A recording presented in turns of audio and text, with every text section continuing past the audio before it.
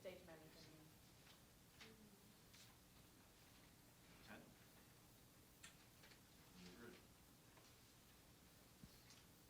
Good morning. This is the third Stakeholders Forum of HIUSA. We're telecasting to you from San Diego, California. And the next slide that you'll see is pictures of your board of directors.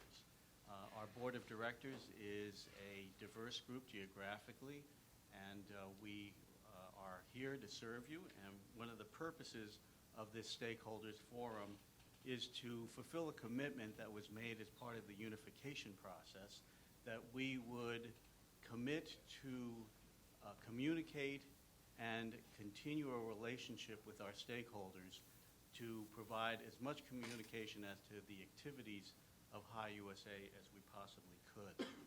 This program is divided into two parts.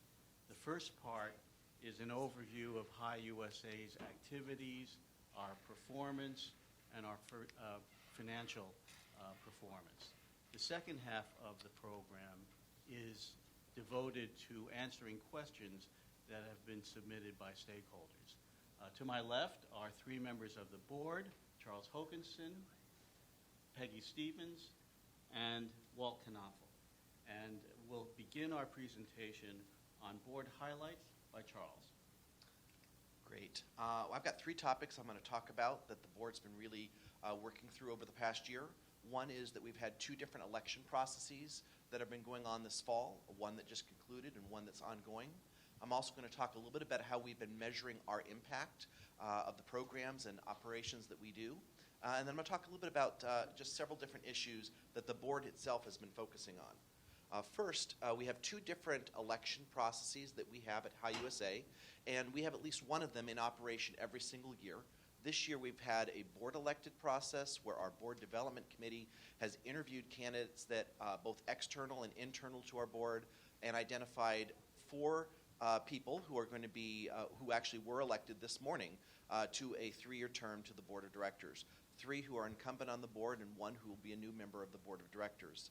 We also have a at-large election process that's underway. We've had 16 candidates from around the country identify themselves as people who are interested in joining our board, and we have an election that will be happening online and by paper ballot in mid-January through early February, and the election process will conclude with the announcement of 2 new at-large members of our board on February 17th. So I'm really looking forward to having some new folks on our board and the excitement of this election process. In terms of measuring our impact, we have developed an ends policy that got approved earlier this year, and it works to, I'm going to talk a few minutes about highlights of it, assuring our hostels provide friendly, affordable, secure, and satisfying overnight accommodations, that we design educational programs to intentionally build knowledge, deliver experience, foster relationships, and facilitate reflections, that we engage with the community of travelers, that we model and promote intercultural understanding and global citizenship, and that we promote partnerships and leadership that result in a worldwide movement for intercultural understanding and global citizenship. That's been the focus of what we want to do as an organization. That's the ends that we're trying to get to. And from that, we've been developing metrics. We've developed a total of 38 metrics that the board is analyzing and looking at, 22 that relate to that ends policy, and 16 that relate to a triple bottom line looking at the economic and the social and the environmental values and considerations that we want to take into place. And from that, we've been looking at a number of inputs. Some of the first ones that we've received are that the total overnight number of guests are remaining steady at 1.5 million, but our average guest satisfaction has been increasing this past year from a 4.41 on a 1 to 5 scale from a 4.37 the year before, and that the number of our program participants, which we value very greatly, has been sharply increasing from 101,000 participants to nearly 119 in this fiscal year. So we've been making some really good strides as an organization, and we're measuring it. The board highlights that I wanted to just mention in terms of 5 topics of recent focus. We are focusing on our operating climate. What does it look like inside of our hostels, and what kind of programs are we offering to deliver a great quality hosteling experience? We're focusing on fundraising. We're trying to figure out how we can reach out and expand the number of donors, the number of foundation and corporate support that we get for our mission. That's something that's really important for expanding the growth of our educational programming. We're focusing on governance policies. We're trying to make sure that as we as a board who has unified in recent years and now are about 3 years into that unification board, that we are setting forth the policies that we need to get our work done and to define and delineate how we interact with our CEO and the staff. And we're expanding our hostels. We're trying to figure out what are the ways that we can both create new associate hostels and new affiliate hostels. And I just wanted to make sure that, as one last comment, that you know that in terms of the unification commitments that this board made, that we at every meeting are reviewing every single one of them. We have closed out about 40-some of the 76 commitments that we've made to the various regions that unified with us several years ago, and that the remaining 32 are ones that we look at every single board meeting to make sure that they are being completed by the timelines that we've agreed to. Hi, I'm Peggy Stevens. I'm going to talk to you a bit about our organizational highlights from the past year. So as you look at the next set of 6 slides, I think it's 6 or 7 slides, I'd like you to think about the unifying theme as I describe our organizational highlights, and a unifying theme of what we've done this past year to boost the visibility of our mission, because our mission really does set us apart. We're a nonprofit, mission-driven organization, cause-related, and we have target audiences, and how we present that mission in an increasingly competitive environment is key to our future success. Now, I'm going to briefly go over the vehicles for delivering this boost in visibility to our mission. I call them the 3 ships: relationship, partnership, scholarship. So take a listen. First, we'll talk about relationship. A key relationship for us is our participation in the United Nations World Tourism Organization. And we're very privileged this year to have as one of the leaders in that organization on our behalf and on behalf of hosteling around the world, our CEO, Russ Hedge. So that's pretty terrific. He represents us, the United States, as well as the rest of the world as part of this upcoming UN Year of Sustainable Tourism for Development. In addition, our staff is participating as part of 80 other nations. So 5 of our employees are participating as one of representatives from 80 nations and a group of 360 young people to talk about and explore and brainstorm about solutions to sustainable challenges that we face around the world. Some of the things you can look for locally here in the United States that are part of this UN Sustainable Tourism Development Year of 2017 are publications of green footprints, a little online pop quiz about how we individually are impacting the environment through our travels. I think you'll be seeing more on the website. So let me pass along to the next ship, the next vehicle, and that's our, don't go to that one, and that is our World Scholarship Program. Now this is really, really impressive. We decided that we were going to invite millennials to apply, that is, the people that we see most in our hostels, to apply competitively for scholarships of $2,000 that would take them around the world. In our first year, we had 160 applications just for our pilot, and we awarded six scholarships of $2,000. A wildfire ensued, and in 2016, we had over 1,400 applications for 81 awarded scholarships. We are collecting the stories that are coming back from around the world. It's really, we've invited them to meet our donors. We've invited them to meet our board members. We've invited them to meet our volunteers, a growing group of folks. And some of them have become volunteers in our hostels to help spread the word about the impactfulness of traveling internationally, traveling anywhere in terms of building cultural understanding. I'm happy to say, I just learned this in the board meeting earlier, that our Explore the World scholarships, a mere $2,000 per traveler, has just received the Silver Adrian Award from, it's highly coveted prize, and it's from the Hospitality Sales and Marketing Association International. It's a way of sharing our mission, giving visibility to our mission around the world. We're a nonprofit organization committed to improving cultural understanding.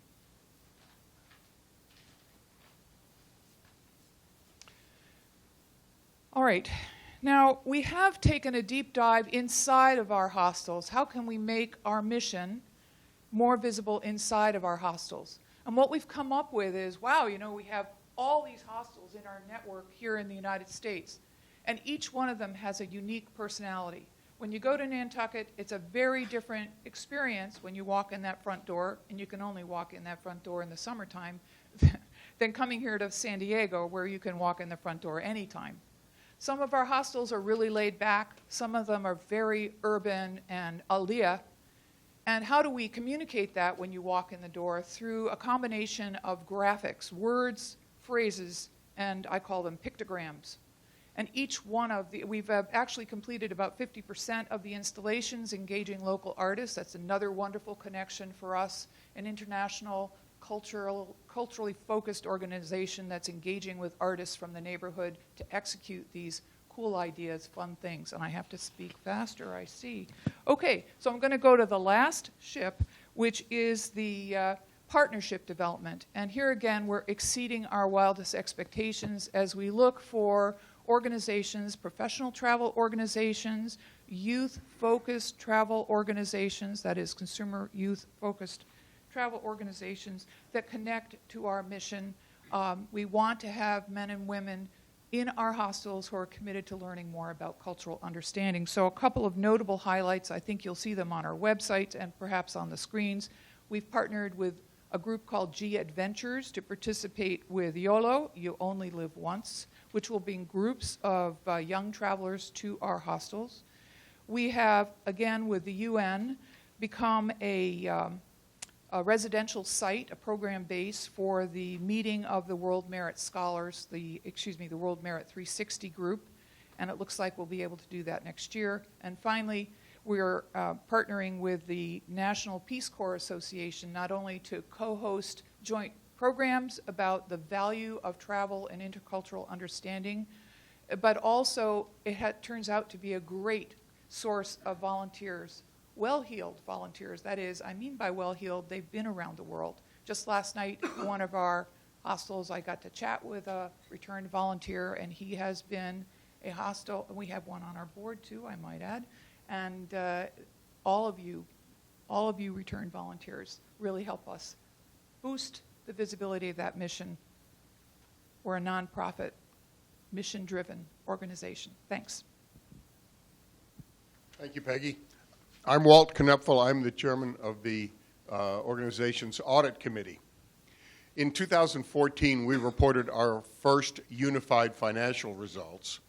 Fiscal year ending March of 2016 represented our third year, and we are soon to complete our fourth year. I am happy to report that our auditors gave us an unqualified audit opinion on our 2016 audit. I'm even more happy to report that revenues went up again in 2016. We're currently about $52 million a year, up 1.7 million or a 3.4% increase. As is usually, or as has always been the case for us, our primary source of revenues have been the operations of our hostels. Now, that's extremely important to us, but as you've heard a lot about our programming and the educational outreach that we're doing, we are expanding way beyond the operation of hostels in terms of our mission delivery. And so now we're putting an emphasis on obtaining support from donors and contributors and grants. And so you'll be hearing a lot about that, and I'm sure our hands will be out more. Extremely important to us. Overnights have remained relatively steady at 1.15 million overnights, a big number, and it's not a negative that it's remained steady. We are constrained by capacity. We only have so many beds, and in many of our hostels in the busy season are full right to the rafters. So we're hoping to get some expansion in that, and it is definitely underway, and I'm sure next year you'll hear some nice reports on that category. The very impressive statistic on those overnights is that it represents travelers from more than 100 countries in the world. So we are truly serving the world. We are no means just an American not-for-profit. And our mission is impacting people throughout the world. I guess the way I really would like to wrap this up is our strong financial performance, growth in revenues, growth in assets and reserves, and increasing numbers of travelers that we're serving. It's a very good report card, but the strong financial performance is important primarily because it is enabling us to grow substantially our mission delivery. And you've heard about some of that, and we'll hear about a bit more of that as we move forward. Thank you. Thanks very much, Walt. Well, this concludes the first part of our program, and I'd just like to make an observation, which I hope is very clear from these presentations. We are a financially sound organization, but the most important part of it is that our finances permit us to make a renewed and an expanding commitment to our programs. And you will see this as you observe our webcast. Please pay attention to what we're doing this coming year because it's exciting and we want you all to be a part of it. Thank you.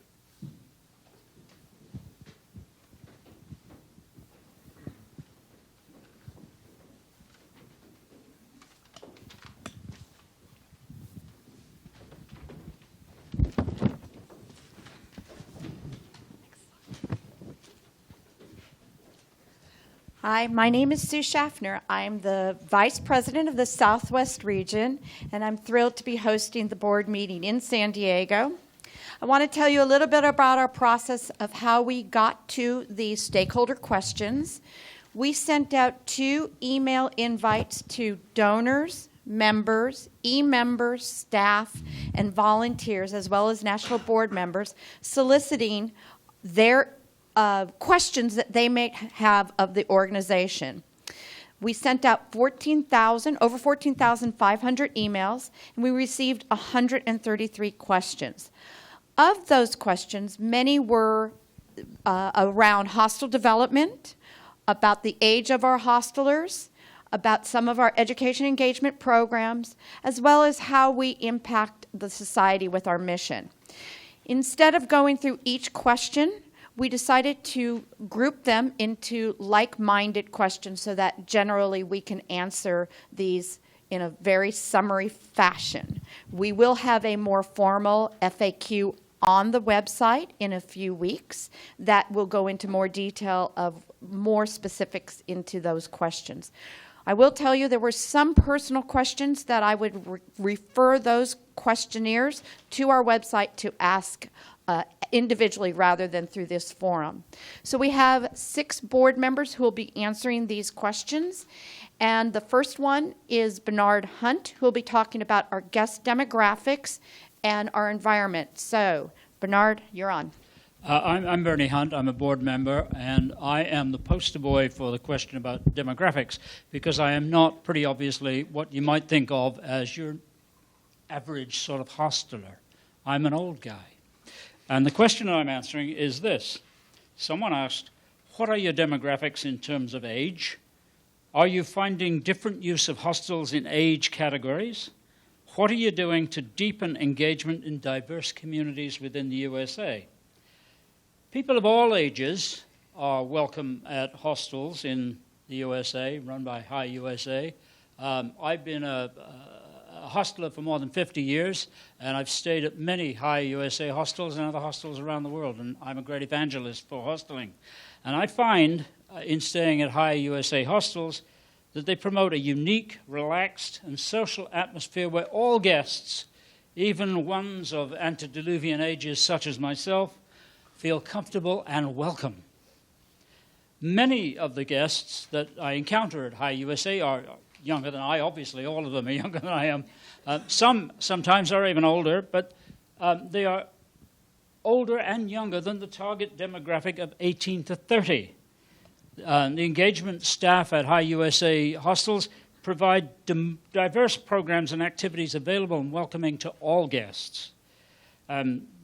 HIUSA gathers information on the ages of hostels by means of cards that people fill in when they're staying, and they say what age they are. So we know that the average age for hostelers traveling at our gateway hostels, which are the big ones in the major cities, is approximately 10 to 20 years younger than the average age of travelers staying at the non-gateway hostels. And you'd probably be surprised to learn that the current average age for travelers across the entire HIUSA network is 39. Around the world, the International Federation of Youth Hostels has told us that the average age for travelers that purchased a membership for the network worldwide is 32, and in the USA, it's 4 years older at 36. As stated, when it comes to diversity, as stated in our Vision 2020 goals, HIUSA has a strong commitment to becoming a vibrant presence in communities across the United States. And we're doing that by contributing to communities, by converting historic buildings into valuable community resources, offering hostels as community centers for local organizations and community members, and contributing to the economic and cultural development of the communities in which we work. We also seek to give back to our communities through signature programs such as the Great Hostel Give Back, in which volunteer groups are offered free accommodation at HIUSA hostels in exchange for service hours offered at local nonprofits. Now, promoting our communities also requires successfully engaging with the diverse communities that make up the rich and diverse cultural landscape in this country, both inside and outside our hostels. And specifically, HIUSA has undertaken multiple initiatives to engage communities previously unrepresented in the community of travelers through what is known as the Community Engagement and Education Programs. Thank you. Hi, my name is Erin Hammett, and I am the board secretary, and I have the pleasure of presenting two questions. One's on the alcohol policy for Hosteling International USA, and the other is on staff retention. So the first question is, does HIUSA have any plans to change its alcohol policy in the future? And in fact, actually, we changed our alcohol policy almost 2 years ago now. Previous to 2011, the organization did not allow any alcohol in the hostels. Starting in 2011, the organization ran a series of pilots nationwide, conducted research, took surveys, solicited hosteler needs related to their interests regarding the use of alcohol. Certainly, we are not encouraging party hostels, and that doesn't really facilitate the mission that we're trying to deliver to our guests. But we do recognize that alcohol can also facilitate social gatherings and is something requested in the comment cards and the surveys to guests. So from 2011 to 2015, it was a 4-year pilot. And then in 2015, we actually approved the change of our alcohol policies. So under these situations, Hosteling International USA hostels now have alcohol. So those are for managed events, controlled access points where there's locations within the facilities that guests can safely drink and consume alcohol. Group exclusive use of alcohol, and then there's a new pilot actually happening right now that we're going to revisit in 2017, which is bring your own beer. So all of the alcohol use is location specific, and it is monitored and adapted by the hostel management. And core to our organization and not compromised with this policy is the safety of the hostels as well as the hostel stay experience. So the next question for staff retention is, what is the thinking around retention of employees? Is there a focus on the frontline staff with an eye to support and growth? And are there non-monetary perks and incentives and paying a living wage?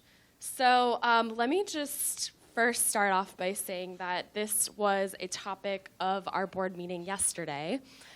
It was brought to our attention based on staff interest in general on their annual feedback survey. So yesterday we were updated on what you would call compensation pay families. So if you're working in a job classification and you have related jobs in that family, we were updated that the families and the salary ranges are now becoming more competitive, which is very exciting, and equivalent to living wage salaries. And if we haven't gotten there for you specifically yet, it's a phased approach, so it's being rolled out in a series of years. So that way we have the capacity to pay everybody appropriately.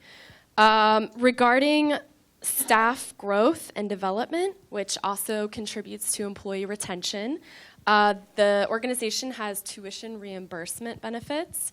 There are funds for external professional development training, and there is a training actually happening right now, which is mission compatible, because as part of not only the onboarding of new staff, but existing staff are being taught about intercultural communication and the benefits of our mission and how they can relay that to the guests. So thank you.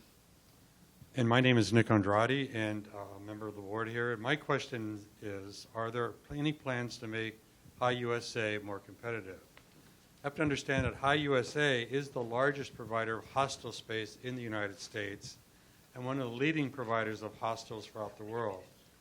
We continue to evolve, we continue to look at ourselves, we continue to improve our offerings so that we can maintain this position. Based on our customers' reviews, Hostel USA, HIUSA, are very competitive. We are rated #1 by Hostel Network in 2015, and Hostel World named us as the #3 large hostel network in the world. And these awards are based on the guest feedback. We also were reviewed on 25 different sites, and our review was an 87.9 out of 100% rating. And when you compare that to our competitors in the US, we were 116% better than our competitors. It's important to continue to improve our hostels. And over the last 3 years, we spent $10.5 million in improving our hostels with major repairs, maintenance, and also addition to rooms. As you remember, we added a hostel last year in Richmond, but we also increased the space and number of rooms in Santa Monica and also in New York. We also are looking at upgrading the interior of our hostels and improving the overall access to everyone. And one of the important parts, especially for millenniums, we have improved our Wi-Fi in all of our hostels. Critical. Doesn't work for me, but it works for our... That all happened because of the generosity of donors. So we really want to thank all of you that are donors to continue to support us so we continue to improve, so we continue to be competitive. We have new hostile competitors. We recognize that. They are coming in. They're looking at major markets. And so we want to address that issue. There's a difference, though. Those are mostly hotels that have a few dorm-style rooms. We take a different approach. We are a non-profit. We made a conscious decision to be a non-profit. That conscious decision was made to a targeted audience. We go beyond just the activities that we give to the hostels, but we look at the hostel experience itself as an educational opportunity. To have 5 or 6 people staying in a room that don't know each other, they have to get to meet each other, they have to learn how to cook together and things like that, and you find that they then get together and become friends and they go out and they explore, which is all part of education. So our mission is important. We go beyond activities of our guests. Our investment and engagement is to build a deeper understanding of the people you meet while traveling and the places that you are visiting. and the various cultures. And if nothing has happened over this last year in England and around the world and in the U.S., cultural understanding is paramount for our future. We believe the additional competitors are to come in, and they are good for us. And they are good for us in these ways. They are going to be advertising, and they are going to be marketing to people to use hostels. As a result of that, HIUSA, being the largest provider of hostels in the United States, will greatly benefit. Thank you very much. Hi, my name's Tom Courtney, and I'm also on the board. And I've got a couple of sets of questions regarding hostel expansion and financing. So the first one is, are we continuing to pursue establishing hostels? And why are HIUSA hostels concentrated in big cities and both coasts? So yeah, we are continuing to expand our network and our national footprint. About 65% of our guests come from overseas, and they enter the U.S. through the gateway coastal cities. So this is where there's the greatest demand and where we have our largest hostels. But we are still developing mid-sized and smaller hostels. And the new hostel in Richmond, Virginia is a 52-bed hostel, and that was mentioned previously. We opened that hostel within the last year. We also have smaller hostels throughout the country. Madison, Wisconsin. You could go to northern Minnesota, up at Lake Itasca, up at the headwaters of the Mississippi, and stay in a lovely small hostel. We're also working to expand in a number of cities and exploring possibilities in such cities as New Orleans and Denver, Colorado. My second set of questions are these. Are most hostels self-sufficient for funding, and what portion comes from the national organization?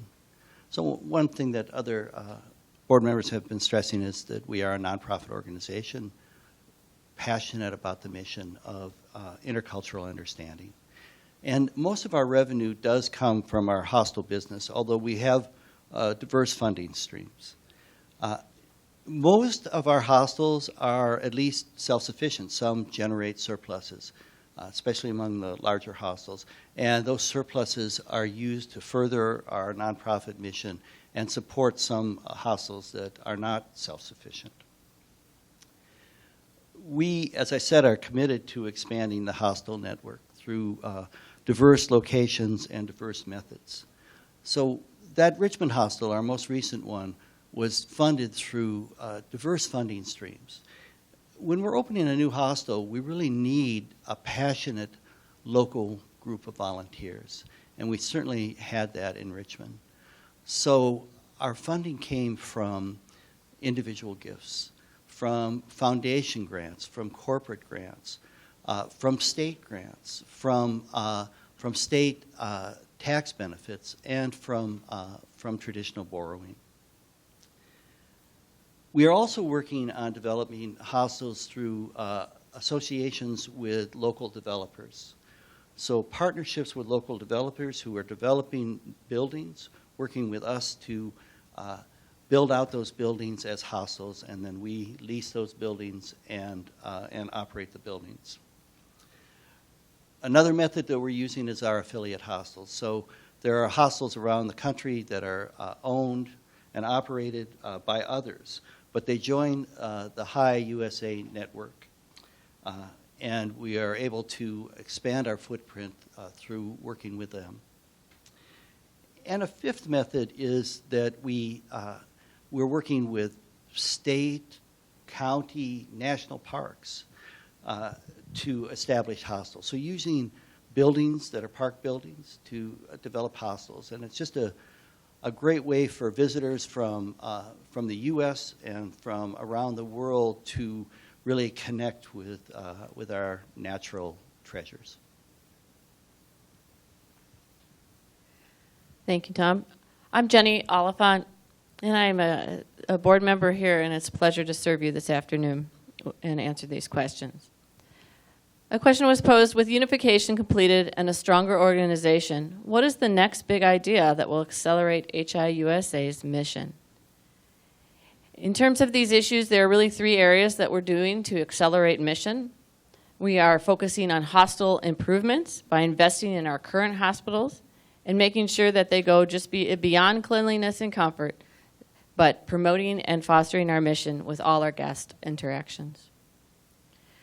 We continue to focus on our mission messaging, and we believe that we are obviously more than overnight, but that conveying our mission in all we do, whether it's through the messaging on our website or through the messaging in our hallways or through the interaction with our front desk staff, that our mission is clearly focused on making sure that we are more than just an organization that provides sleep accommodations.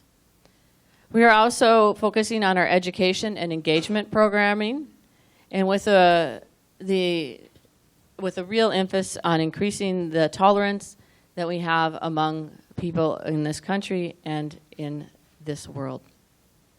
One of the great examples of this is our each local hostel did a Sleep for Peace initiative where people focused on peaceful ways to express their engagement, and each hostel did that in their own way.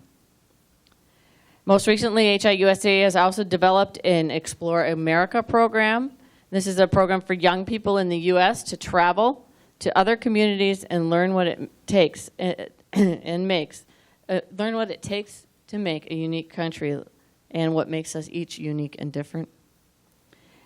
And among these, we really believe that it is imperative and deliberate. It is imperative that we are very deliberate about each one of these strategies, and that our mission is in the forefront of all that we do. The second thing we were asked was, how do hostels promote the communities they are in? I think first and foremost, we want to make sure that we are in tune with the economic development of the communities in which we are working. We employ local residents on our staff, and our guests buy from local businesses. So we are both providing jobs and stimulating the economy in local areas. We are an experiential organization. We bring community members into the hostel, and we bring community members to our we bring hostelers into our community. We promote this through experiential learning, and of course, you don't always need to leave home.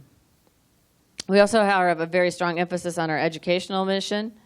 HIUSA has now initiated the Community Hosteling Fund program.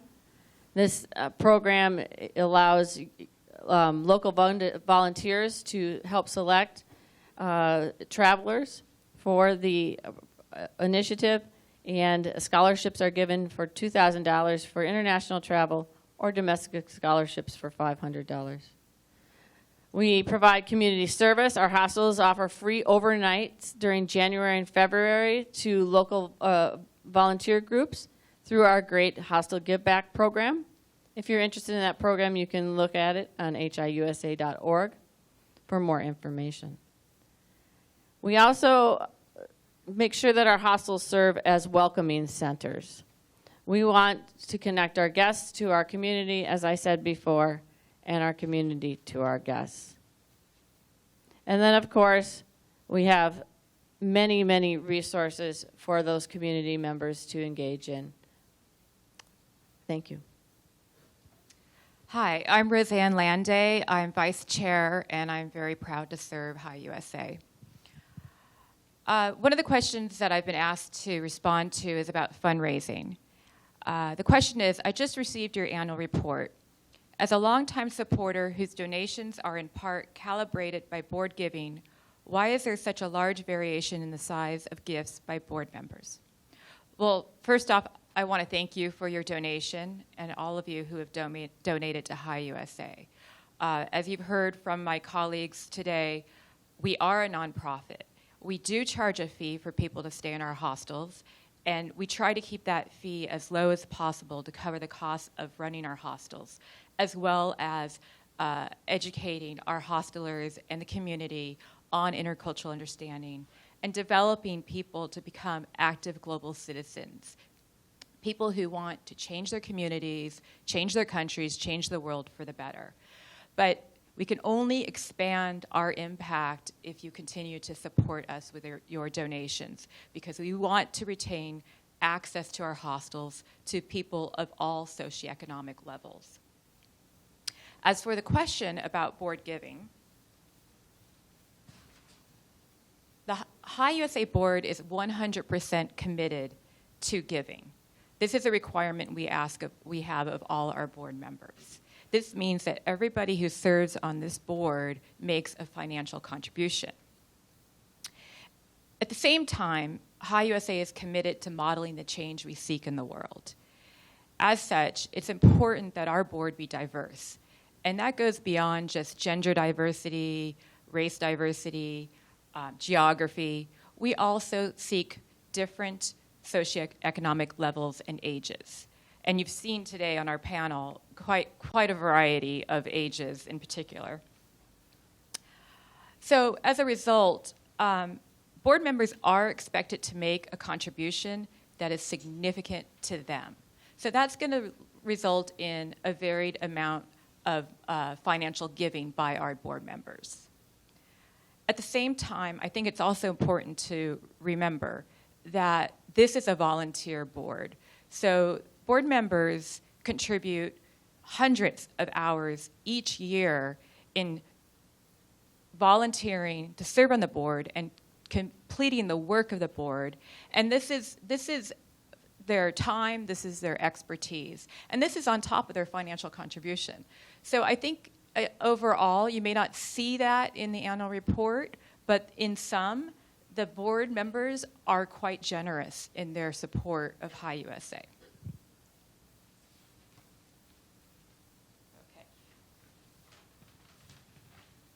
The next question is about our educational programming and mission impact.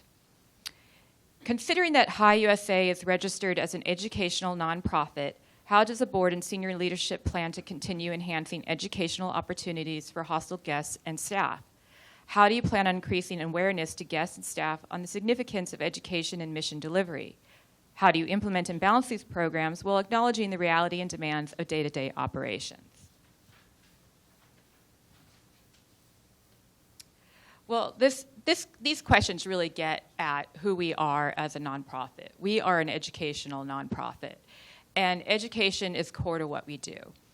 Our hostels, we try to keep them safe, clean. We try to meet hostelers' needs, but they're really the tool that enables us to promote educational programming to our guests and to our community members.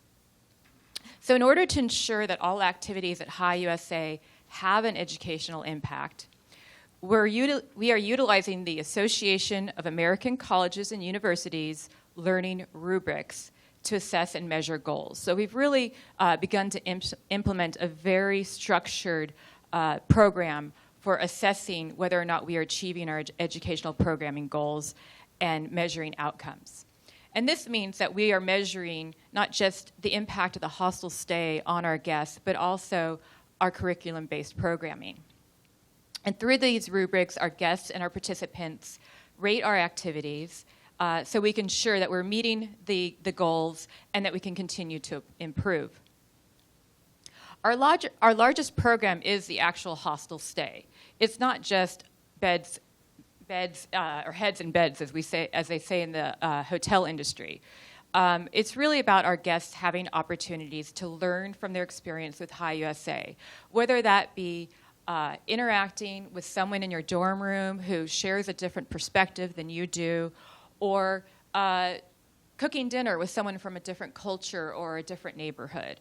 It's all about those interactions that we have designed our hostels to promote the frequency of guests getting together, meeting each other, being social, and learning from one another. In addition, we also have other engagement programs like community walks, international dinners, music, art, and comedy events at the hostel that offer both guests and community members an opportunity to discover the local community and learn from one another. But our programming also includes structured programs, such as Study Abroad 101, Travel Education, Outdoor Hosteling Adventures, and IOU Respect. And you can learn a lot more about these programs on our website. We have a wide range of educational offerings, and we're committed to ensuring these programs are impactful and that we continue to expand them. Now, as for staff, as part of that question, we also strongly support our staff's education and professional development. For example, in late 2015, we launched an initiative to engage all HIUSA staff in intercultural understanding training. This training develops our staff as well as strengthens the cross-cultural educational impact within our hostels and throughout our organization. Thus far, over half of all HIUSA staff have taken part in the training with a goal of 100% participation by the end of our fiscal year. By committing to the professional development of our staff, we are even more successful in delivering our mission, which is at the core of who we are at HIUSA. Thank you. I would like to thank you. This concludes our formal questions. I want to thank the board members who have volunteered to participate in the forum. Charles Hokanson, Peggy Stevens, Walt Kneffel, Bernie Hunt, Aaron Hammett, Nick Andrade, Tom Courtney, Roseanne Landay, and Jenny Oliphant. And now I'd like to reintroduce our board chair, Glenn Azuma. Well, thanks very much. And thanks for those of you who have taken the time to be with us this morning. We're a volunteer organization. Our success is based entirely upon your efforts. In this past year, there were over 100,000 volunteer hours dedicated to what we do. And I hope that you'll view that to be your endorsement of what we're doing. We are certainly committed to doing this in the coming years more effectively with each year and more effectively as we hopefully get your support. So with that, I'd like to close out this third Stakeholders Forum and wish you all a very good weekend. Thanks very much.